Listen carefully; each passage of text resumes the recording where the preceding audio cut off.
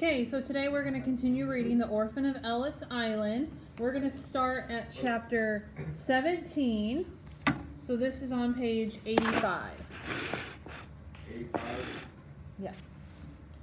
Alright. Why do you record? Why do you record? So if kids are absent, then they can get caught up.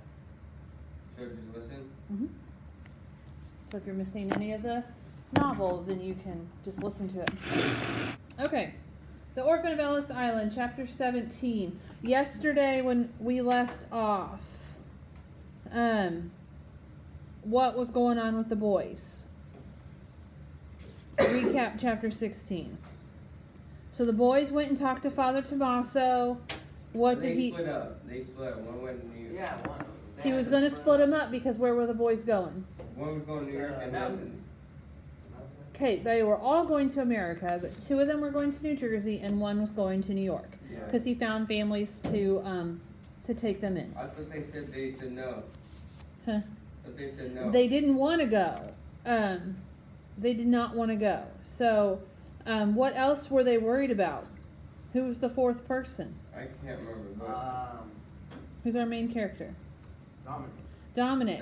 yeah. Okay, and so Dominic, I mean, they didn't have a family for Dominic. So they're like, oh my gosh. So now Dominic's upset because he's about to lose the only true family that he's known, or friends even. And so he's upset about that. So, chapter 17. As they made their way down the hillside, the four boys kept a sharp lookout for the Padrones' search party. They had hoped that Father Tommaso's mention of the north had worked, but they were still careful to stay well out of sight. After walking for what seemed like hours, they agreed to stop for a rest. Shh, listen, Francisco whispered. You can still hear the bells. Dominic listened, and he could just make out the faint ringing of the bells in the distance. We've never lived beyond the sound of the bell tower, Francisco said sadly. It will seem very strange not to hear them. Maybe they'll have a bell tower in New York, Antonio suggested. They all grew quiet again, listening for the familiar ringing. I wonder how many men it will take to bury him, Salvatore said. Who are they referring to? Who are they going to have to bury? Randisi. Remember that big giant guy and he clutched his chest and they think that one of the boys murdered him? Who? Antonio said. Randisi, of course, Salvatore answered. They're going to need a giant casket to hold him. Francisco nodded his head as he took out the cloth sack off his back. Antonio pulled out the shoes and put them on. They look awfully big for your little feet, Dominic couldn't help but notice. Antonio frowned. They were Papa's shoes, he said. They fit me best, Francisco admitted, but we take turns wearing them for Mass and on feast days. Salvatore and I have to stuff them with rags to make them fit, Antonio explained. Can I wear them now? He asked his brother. Now that we're going to America? No, you haven't any rags to stuff them with, and it's too far to walk yet. Francisco told him, I'll carry them in my pack, and when we reach America, you can put them on. Why does he get to wear them and not me? Salvatore snapped, pounding his chest with his fist and pulling one of the shoes off of Antonio's foot. Your feet smell worse than mine, Antonio retorted as he tried to get the shoe back. Stop it, you two, Francisco ordered. How many times must I tell you about sharing? Now, why can't you figure this out for yourself? I can figure it out, Antonio bragged. I'll wear this shoe and he can wear this one. Dominic grinned and Francisco shook his head. As ridiculous as two donkeys trying to pull a cart from both ends, Francisco sighed. What will you do when you get to America and you don't have me to settle your squabbles? That last question hung in the air like a heavy cloud. What will we do without you, Francisco? Antonio whimpered. But Francisco got a hold of him quickly. You will do your best to remember that no matter where we go, we are always family. This is not the end of the Candianos, he smiled. It is just the beginning of the Candianos in America. We'll be a family there too, I promise. Everyone seemed to brighten at this thought, and they once again set off on the path down the hillside. Antonio did his best to keep up with Salvatore, who was practically running. He was so anxious to see the ship, it was only Francisco who kept stopping and turning around, keeping a constant watch for the Padrone's men. With the village finally out of sight and the bells out of earshot, Francisco began talking to Violetta, who would often comment with a nod of her head or a blink of her eye. "I wonder what the journey on the ship will be like," Salvatore said excitedly. "I hope Violetta doesn't get seasick." Hold on, Did you find that? Did you email it to me? I looked it up on your desk. Oh, I haven't been over Okay. it, but I'll look. Yeah, it's sitting on your desk, I printed it, so, Thank you, okay, thank you. yep, I found it. Appreciate it. Okay, thanks.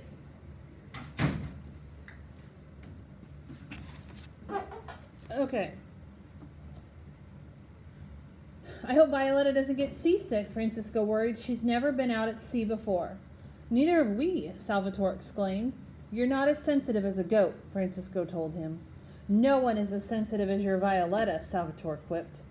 Dominic understood Francisco's concern. If he had Violetta for a pet, he would have felt the same way.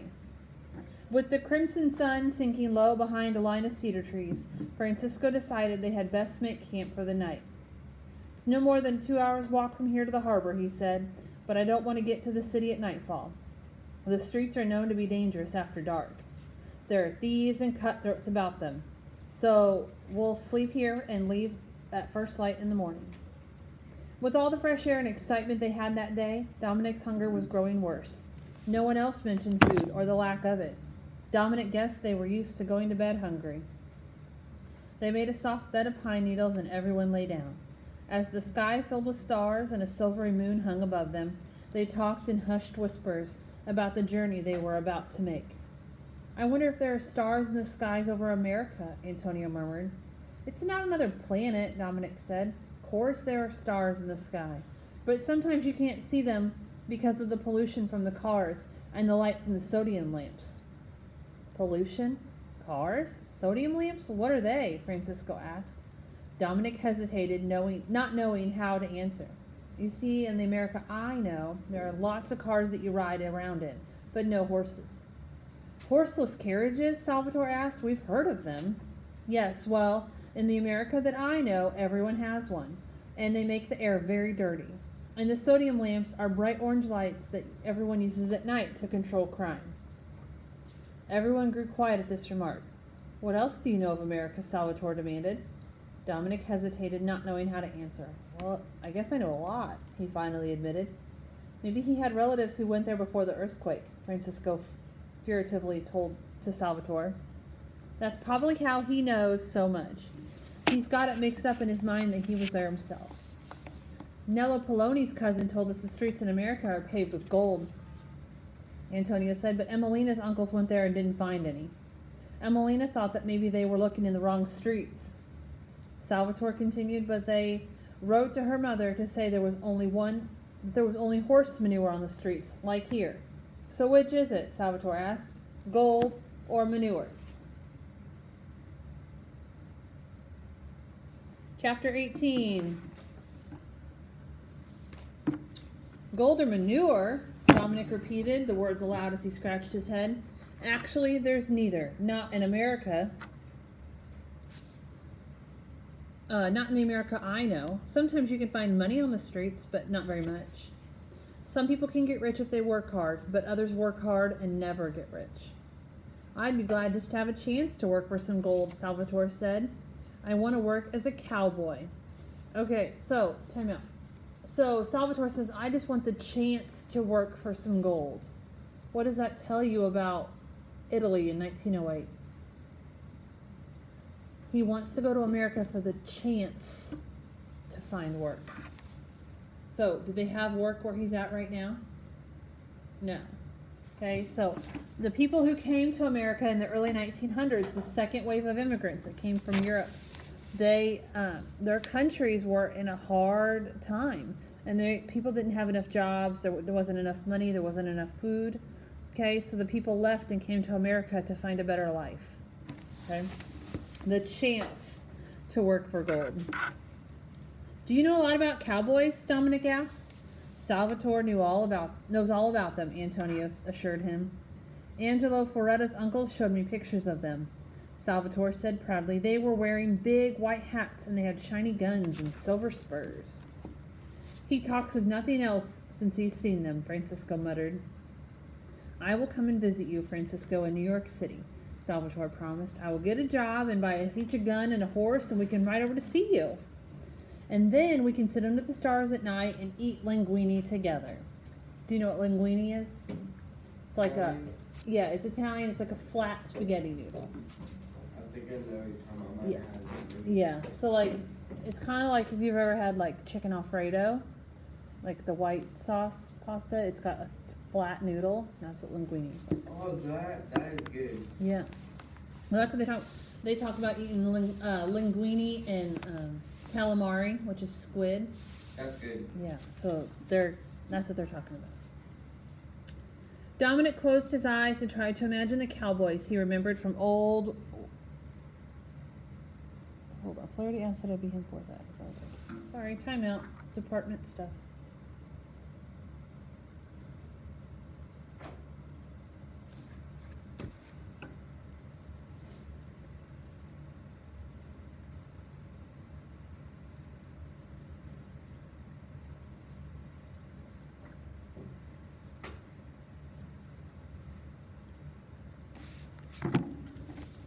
Okay, back up. Dominic closed his eyes and tried to imagine the cowboys he remembered from old Western movies. You know, I don't think cowboys ate linguine under the stars, he said. No? Salvatore looked surprised. Then what do they eat? Pizza?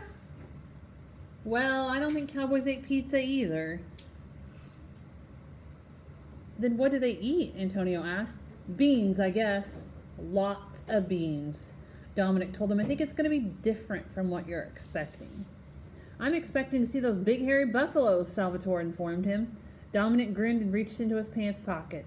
He pulled out a half-dozen pebbles before pulling out his nickel. It was the old Indian head nickel that he had found on 9th Street back home in Brooklyn. He held it out to Salvatore now.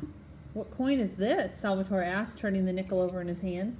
It's an American Indian head nickel, Dominic told him. On the other side is a buffalo. Salvatore sighed with envy. I cannot understand the words, but I can see it as a buffalo. I wish I had one, he said, tracing it lovingly with his finger. It's a pretty rare nickel, Dominic bragged. Not a lot of kids have one. You're so lucky to have such a coin, Salvatore whispered. I wish I had something good enough to trade for it. Oh, I'd never trade anything for it, Dominic told him. I just thought you'd like to see it. Dominic took a deep breath of the tangy pine-scented air, and he couldn't help smiling over Salvatore's envy. Do you know what envy means? He's jealous. Salvatore wanted that coin, and Dominic finally had something that somebody else wanted. Like, he thought he was pretty big stuff. He took the nickel back and held it in his hand. Then his eyes widened as Dominic noticed the date on the face of the coin. Look, he cried, the date on my nickel. I almost forgot about it. It's 1936. This is proof of what I said was true. I'm from the future. Salvatore and the others peered down at the date on the coin, but they were not impressed. It's all in English, Francisco shrugged. How do we know what those numbers mean? It could mean the date or maybe just the number of the coin. Dominic put the nickel back in his pocket. He knew it was useless to try and convince them. What else do you know about cowboys? Salvatore asked. Let's see, Dominic said. I learned Home on the Range a long time ago, and that's a real cowboy song. Teach us, Salvatore and Antonio exclaimed at once. We want to learn to sing like real American cowboys. Even Francisco seemed interested, although he warned them to keep their voices low. Okay, Dominic laughed. He remembered how bored the boys in his music class were when their teacher, Mrs. Faulkner, tried to teach them their song. Dominic concentrated now as he worked hard to remember the first verse. Awed in silence, the Candiano boys hung on to every word he sang, and soon the still night air was filled with the perfect harmony of their voices, singing just above a whisper. As the star grew bright overhead, Francisco and Antonio were quick to fall asleep, but Dominic and Salvatore stayed awake, and they talked late into the night. You know, Dominic, Salvatore whispered, I hope to be like you someday. Me? Dominic said. Sure, you're brave and kind, and you know real American cowboy songs. He ducked his head shyly. You are my hero. Okay, so Salvatore is saying, you're my hero. Like, I really look up to you. And Dominic is like, whoa, this has never happened to me before. I like you too, Salvatore, Dominic finally managed to whisper awkwardly, looking at the stars overhead. The two boys talked about heroes and cowboys until they grew so tired they couldn't talk anymore. It was a night Dominic knew he would always remember, and he didn't want it to end. When Dominic finally closed his eyes, he was lulled by the voice of Salvatore, who softly sang, "Where seldom is heard a discouraging word, and the skies are not cloudy all day. Don't be jealous of my singing." Do you know the Home on the Range song? Home, home on the range. You know that song? When you're little kids? Oh my gosh, you have to know that song. Okay, we're going to do one more chapter, and it's really, really short. Why? Because then you're caught up to my other class.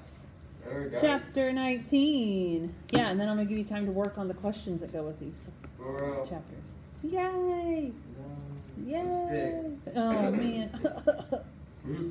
Man. Okay. Chapter 19. Salvatore's voice was the last thing Dominic heard before falling asleep that night, and it was the first thing he heard the next morning. But this time, he was not singing. He was groaning. "My stomach hurts," he cried. Dominic sat up to find Salvatore doubled over in pain, clutching his belly. "I told you not to swallow all those cherry pits yesterday," Francisco scolded. "Antonio, what are you doing?" he called. Antonio had knelt beside Salvatore and was trying to look up his nose. "I think I see the tree starting to grow," Antonio whispered. While Dominic and Francisco laughed, Salvatore groaned and pushed Antonio away. "Are you feeling good enough to walk?" Francisco asked, putting his arm around his brother's shoulder. "We must reach the city today." Salvatore's face was white. He bit down on his lower lip to quell the pain, but he insisted he could walk. They were still over an hour away from the harbor. It was an easy walk going down the well-worn path, but they had to stop several times for Salvatore was doubled over in pain. When they say he was doubled over in pain, you know what that means? He was like, oh, his stomach hurt so bad he couldn't walk. Okay, he ate all those cherry pits. So, like when you have a fresh cherry, it's like a peach, there's that little stone in the middle. Okay, that's what, when you can plant and grow a new tree. But he ate those. Okay, and those are really, really difficult for your body to digest. Like, vets will warn you that don't let your dog eat a peach pit because it can poison them. Okay? I want to feed my dog one. Don't feed your dog peach pits. It's really, really bad for them. Alright. Francisco frowned. "It's not good to travel with a sour stomach," he said. I can make it," Salvatore insisted. Dominic and Francisco took turns helping him walk. They continued down until they finally reached the cobbled streets of the city. Dominic was glad to be off the stony hillside. He was not used to walking barefoot, and his tender feet were now quite bruised. Suddenly, the little group found themselves walking into a fantasia of colored voices and music. "Vide Napoli e poi morì. See Naples and then die," Francisco whispered. "What are you talking about?" Dominic asked nervously. "It's an old saying," Francisco explained. "They say you haven't lived until you've seen this city." "I just hope I can find a way to stay alive in this city," Dominic thought. He stared at the women in long skirts and the men in cloth caps as they swarmed along the side streets that climbed toward the higher quarters of the city. Fountains gurgled, and a baby cried, and a young girl hung over a balcony, singing to the passer-bys below. All the activity reminded him of the hustle and bustle of the streets back home in Brooklyn, but the look and smell of this place were quite different. Great domed buildings with ornate stone carvings rose up above the terracotta-colored roofs. The strong scent of ripe hay and manure was thick in the sea air, along with the pungent aroma of seaweed and fish. Shifty-eyed con men stood on street corners, hawking their goods to the wary immigrants about to embark. "Teeth pulled," one shouted, grabbing hold of Dominic's arm. "Don't make the voyage with a mouthful of rotten teeth." Dominic squirmed his way out of the man's grip and broke into a run to catch up with Francisco and the others. "Authentic American shirts," wailed another after them. "Don't arrive in America looking like a greenhorn. Relics of the saints, a calm and angry ocean," promised another. "Hair from the head of St. Christopher, guaranteed a safe journey." "We have no money," Francisco told them. "Only our tickets." "Why did you tell them that?" Dominic whispered frantically to Francisco. "You never tell someone on the street what you've got on you." But Francisco didn't seem to understand. And Dominic soon realized that coming from a little mountain village, Francisco was not as street smart as a person coming from a place like Brooklyn. Dominic felt something brush against his sleeve, and he turned to see a grimy-faced boy younger than himself, trying to pick his pocket. He pushed him away, and then another smaller boy slipped his hand into Francisco's backpack. "Hey!" Francisco yelled. "Stop! He's stolen our shoes!" So what happened to the boys? You got robbed. They got robbed. They got pickpocketed. Okay? So these boys... Well, okay, but these guys don't know any better. Think about, like, when you come from a really small town, like, I mean, when you come from, like, a little tiny town, they don't have to worry about things like that. But say you go to Chicago or you go to Indianapolis, if you walk down, like, main city streets, you're going to see people trying to sell you stuff. You're going to see people trying to give them things, like pickpockets. You got to worry about things like that. But these boys have never been in a big city before, and they didn't have any parents to teach them those things. So they're learning the hard way about what happens in a big city if you don't kind of watch yourself. Okay? So we'll stop on chapter 20 for today. I want you to get your binders out, and I want you to complete your reading summary. What happened in the story today? That's it? What's going to happen next? Okay? And then you should have some questions to answer. Okay? I'll let you guys do them together. You answered through 14. Okay? So you should be able to start answering the 15 through 20. That was the other one. You should be able to do 15 through 20. Okay? I'll let you do it together if you want. Do you want to do it together? Yeah. Okay. So, answer the questions that go with 15 through 20. Do we have to? We gotta read